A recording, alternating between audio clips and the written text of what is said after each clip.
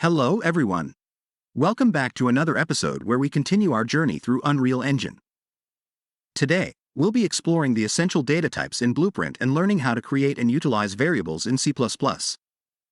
If you haven't watched the previous episode yet, I highly recommend checking it out as we lay the foundation for our project. You can find the link in the video description below. So, let's dive right in and expand our knowledge. Boolean is a primitive data type used to store true or false values. It is commonly used to check simple conditions. In Unreal Engine Blueprint, Boolean variables are always displayed in red. Now let's navigate to the class BP_PC_custom that we created in the previous video. To demonstrate, we will create a Boolean variable. It is recommended to always begin Boolean variables in C++ and Blueprint with a lowercase b. As you can see, the Boolean type needs to be cast to a string. Casting involves converting one data type to another. Not all data types can be converted seamlessly into others. The conversion is temporary and only affects the value of the variable, so to speak. The variable declared in the code still maintains its original type, which in this case is bool.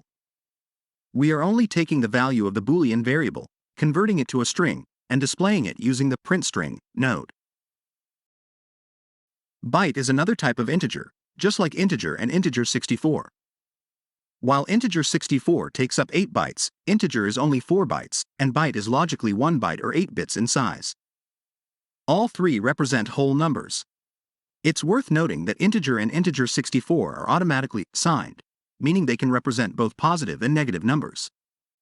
As you can see, all three types can be converted or casted to a string without any issues. However, when converting byte, integer, or integer 64 to the same data type, it is important to note that problems may arise depending on their size. For example, numbers exceeding 255 cannot be represented by a byte. If you attempt to cast an integer to a byte in Blueprint, the value of the integer will be repeatedly subtracted by 256 until the remaining value can fit within a byte. On the other hand, float can represent floating point numbers. Float is also 32 bits or 4 bytes in size. Unlike in Blueprints, C++ includes double, which represents 64-bit floating point numbers. However, the precision of float is often sufficient, which is why double is not available in Blueprints. Float is also considered a primitive data type. Moving away from primitives, we have complex data types. Name, text, and string can all represent strings of characters. When it comes to explaining the difference, you can simply remember that for user interfaces, it's recommended to use text for performance reasons. Otherwise, you can use string for debugging purposes. I won't go into the exact details of the difference here, but if there's a demand, feel free to leave a comment, and I'll create a separate video on the topic. A vector, similar to its mathematical counterpart, represents a three-dimensional vector in Unreal. It consists of 3 floats. These data types can be used to represent positions as well as traditional vectors. Similar to the vector, a rotator consists of 3 floats. However, it represents rotations in roll, pitch, and yaw, with values ranging from 0 to 360. Transform incorporates the vector, rotator, and scale data types. Scale is similar to the vector but represents scaling in all 3 axes. The default value of scale is 1 in all 3 axes. Now I will demonstrate how to create variables in C++ that can be adjusted within the editor, similar to the variables we created in Blueprint. First, we need to create a C++ class. I will do this within the editor, but it is also possible and recommended to do it in Visual Studio. Right-click on the C++ Classes folder, go to Add Import Content, and then click on New C++ Class. Next, select a parent class from which the subsequent class will inherit. For this example, I will choose the pawn class. Click on Public, add the Properties folder within the path, and name the class Custom Pawn. Confirm the selection and wait for Live Compile to finish. Then, in Visual Studio, if already open, click on Reload All, and you can navigate to the newly created header file. Also, go to the C++ file and check if everything is in order. Visual Studio will take a few seconds to perform the verification. However, you can speed up this process with other editors or additional plugins if desired. Now, let's add the test value variable to the class. To do this, we first create an asset, a blueprint class derived from the C++ class, custom pawn, and save it in our pawn directory. Unlike in Blueprint, a class in C++ always consists of a header, H, file and a C++ file. The header file contains all the methods and variables, i.e., the class properties.